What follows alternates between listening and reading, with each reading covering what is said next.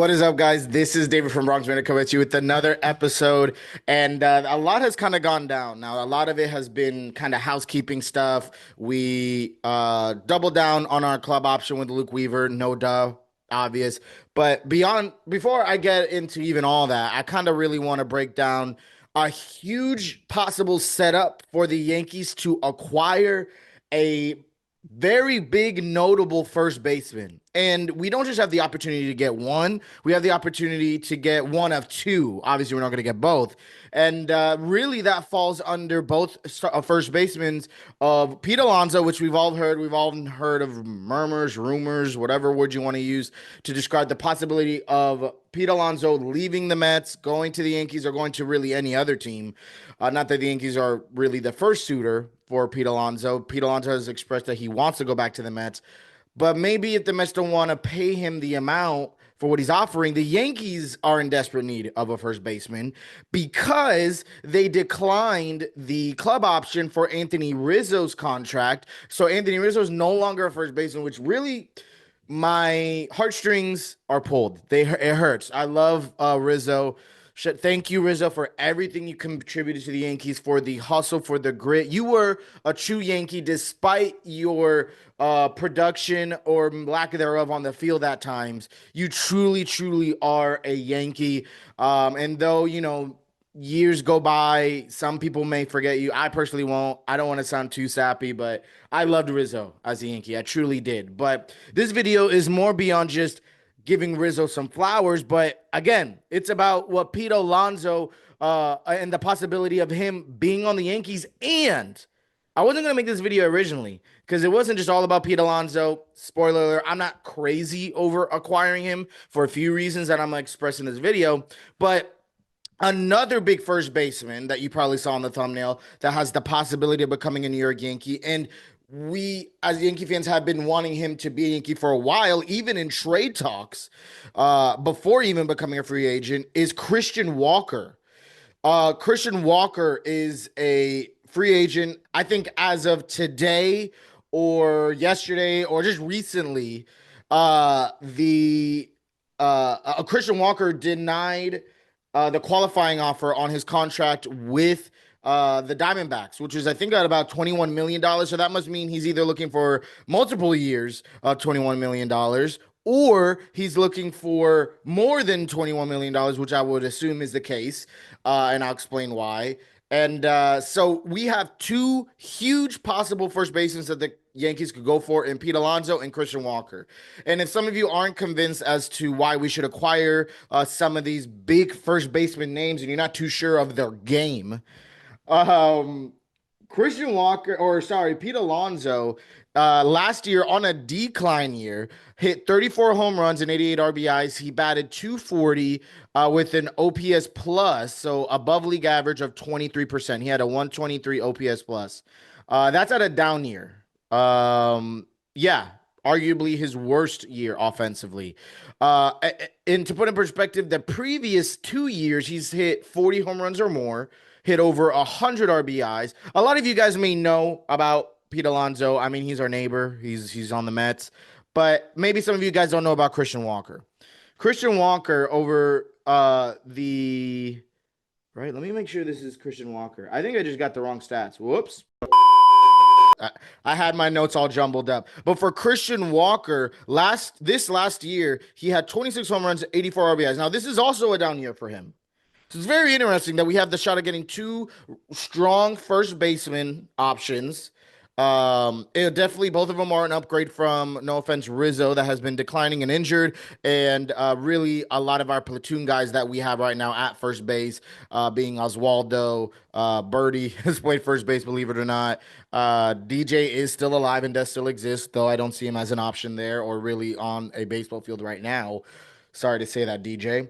But Walker has 26 home runs, 84 RBIs, and the previous 2 years has had over 30 home runs and has been around 100 RBIs.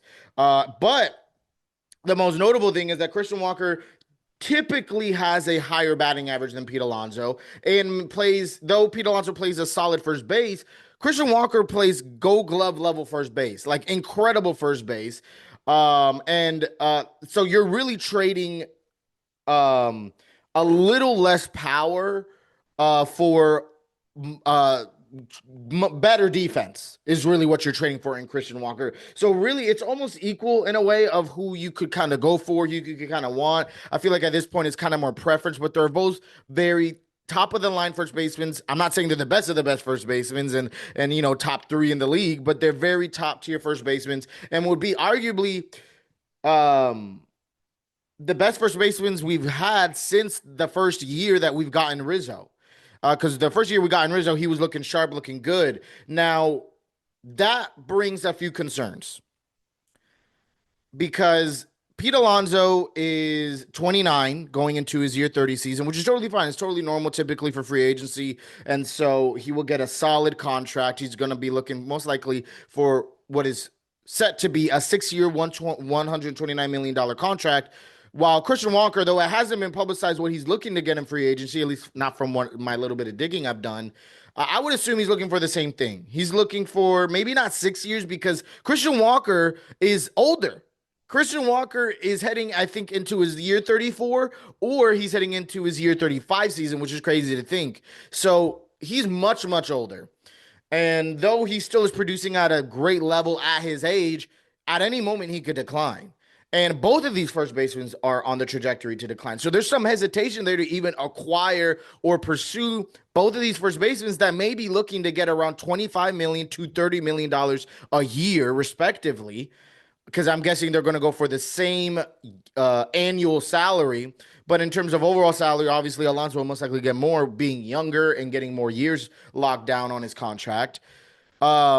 And they both deserve to get paid, but I just don't know in the reality that the Yankees will want to cough up 25 to $30 million in a world that our first priority this offseason, hello, spoiler alert. No, it's not really spoiler alert. We need Juan Soto to be on the team before anything else. We need Juan Soto to be on this team.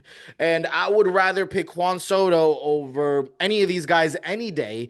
And I will live the day where we can deal with either a platoon at first base, at least until the trade deadline, though it's not ideal. But again, the on the other side of the spectrum, you have Juan Soto at 25 or 26 years old now. Happy belated birthday, Soto. Um, and you can figure it out at first base. And you also have Ben Rice that is young, still trying to figure it out, and has shown great glimpses. Now, I'm not saying he's good. Ben Rice is the I'm a better option than Walker and a better option than Alonso as of right now. Absolutely not, because he's still a rookie and still trying to figure it out in the big leagues. But he's shown great moments of success in the majors that I think will level out itself. He's had very high highs and very low lows. I think they will level out, and he'll be a reliable, solid first baseman.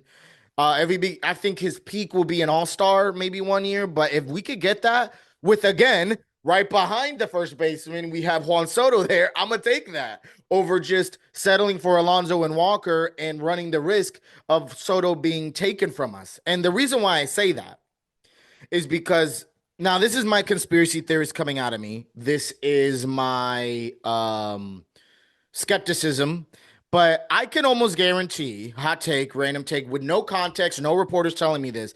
But it kind of seems like common sense. If we swoop up Pete Alonso from the Mets, for whatever reason, if we somehow do that, I'm not saying it will happen, but if we somehow do that, you don't think the Mets are going to absolutely just steal Soto from us? Because Soto's going to go to the team, I argue, with the most money.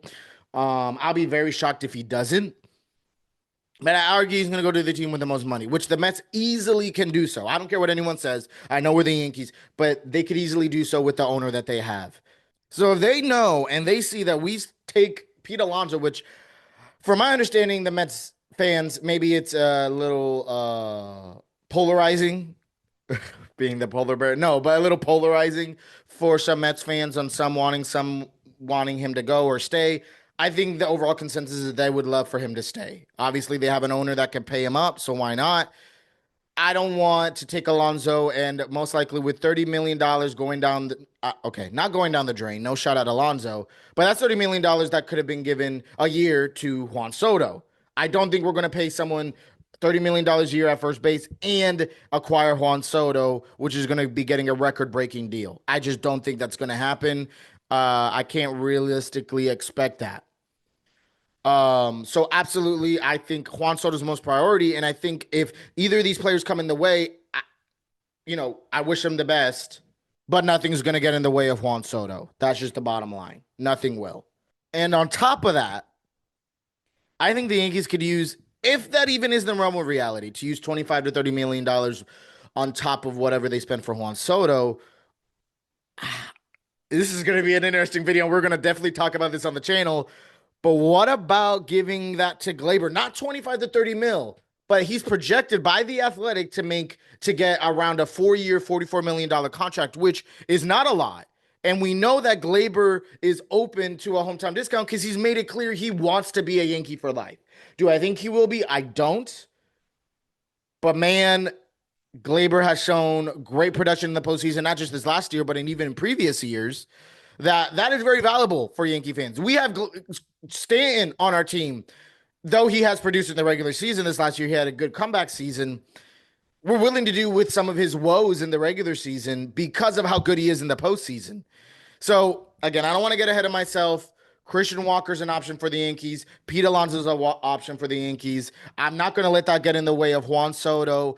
I think there's bigger fish to fry in Juan Soto, and I feel like that's going to be the story I'm going to be telling all offseason. But let me know what you guys think. In the weird world that we could acquire both these tier first basemen and Juan Soto, sure. But I just don't see that happening. And if you liked today's episode, please make sure you subscribe down below. It'll truly mean the world. Check out what YouTube suggests will be a great video for you. And also, The Martian wants you to subscribe. Judge wants you to subscribe. So make sure you do. And until next time, peace and be blessed.